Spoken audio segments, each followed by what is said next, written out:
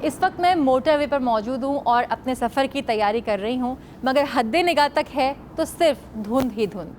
धुंध का लफ्ज़ उस मौसमी सूरत हाल को बयान करने के लिए इस्तेमाल किया जाता है जिसमें ज़मीन के अंदरूनी और बैरूनी दर्जा हरारत में तब्दीली उसकी सतह पर मौजूद छोटे छोटे पानी के कतरों को बादलों की शक्ल में तब्दील करने की वजह बनती है।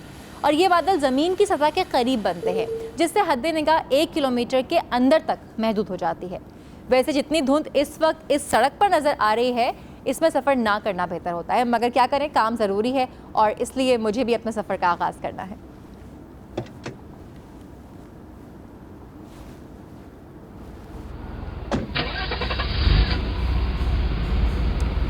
तो जनाब, हमारे सफ़र का आगाज़ हो चुका है, लेकिन हमें काफ़ी एहतियात करनी है क्योंकि यहाँ पर धुंध बहुत ज़्यादा है।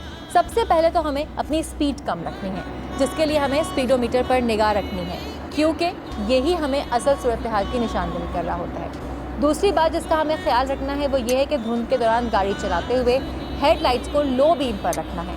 हाई बीम से हद्दे निगाह और कम हो जाती है, जो कि खुद हमें भी और दूसरे ड्राइवर्स को भी उलझन में मुब्तला कर देती है और हादसे की वजह भी बन सकती है। एक और चीज़ का हमें ख्याल रखना है वो ये है कि मैंने अपनी गाड़ी में फॉग लाइट्स लगवाई नहीं है, मैं इसको ऑन कर लेती हूँ। अब ये फॉग लाइट्स जो होती हैं इनका रंग अमूमन पीला होता है और इससे फ़ायदा ये होता है कि दूसरों को आपकी गाड़ी धुंध में ज़्यादा बेहतर नज़र आती है।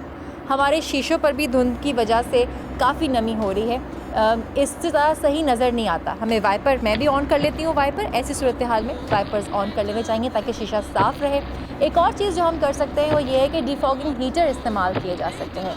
और प्लीज़ गाड़ी को अपनी लेन में चलाएं, दूसरी गाड़ियों से मुनासिब फासला रखना ज़रूरी है और अगर मुड़ना हो तो इंडिकेटर्स का इस्तेमाल करें और एमरजेंसी ब्रेक लगाने से गुरेज करें।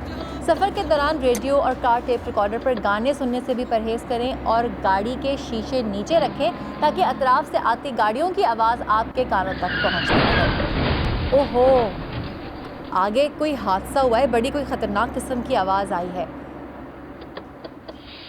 ये देखिए, अगर हम एहतियाती तदाबीर इख्तियार नहीं करते और गाड़ी तेज़ी से चलाते हैं तो इस किस्म के हादसात देखने को मिलते हैं। वैसे मुझे भी अपनी गाड़ी यहाँ पर बीच में नहीं रोकनी चाहिए क्योंकि पीछे से कोई भी गाड़ी आकर मुझे टक्कर मार सकती है और यहाँ पर रेस्क्यू वर्कर्स भी अपना काम करेंगे, तो हमें यहाँ रुकावट नहीं बननी चाहिए। हमें अब चलना चाहिए यहाँ से।